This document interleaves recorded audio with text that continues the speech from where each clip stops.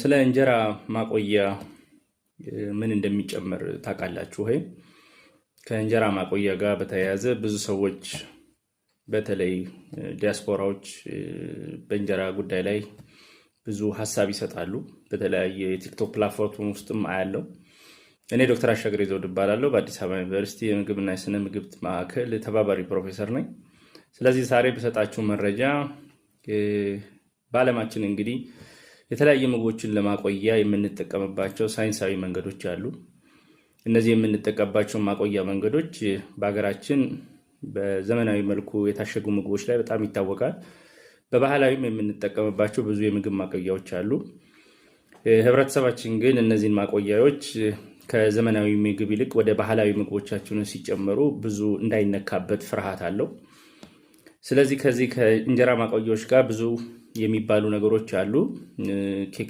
የተለያዩ ኬሚካሎች ይጨመሩባቸዋል፣ መርዛማ ነገሮች ይገባባቸዋል እና ያሳስበናል። ለምን አይሻግትም እያላችሁ ታስባላችሁ።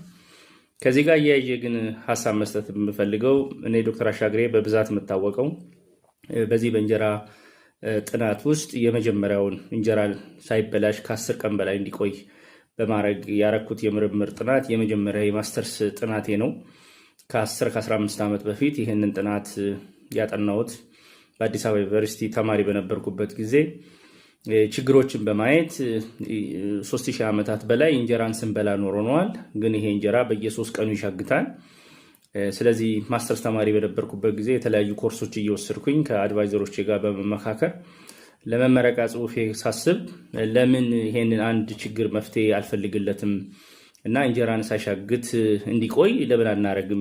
በተለያዩ ዓለም እንጀራ ወይም ዳቦ ወይም ሌላ ምርቶች ለስላሳ የሚሆን ጁስ የሚሆን የተለያዩ ምግቦች ብዙ ማቆያዎችን እየተጠቀሙ ለረጅም ጊዜ ሳይበላሹ ይቆያሉ የሚል ነበርና ስለዚህ ይህንን ሀሳብ በማሳብ ከችግር በመነሳት በየ3 ቀኑ እንጀራ የሚባልሸው የሚባክነው የሚጣለው በጣም ብዙ ነው እና ይህን ያህል ዓመታት ከእንጀራ ጋር ስንኖር እንዴት አንድ ሰው እንኳን በሳይንስ መንገድ ፈልጎ መስጠት አይችልም በማለት በማሰብ ይህንን ጥናትና ምርምር አድርጌያለሁ።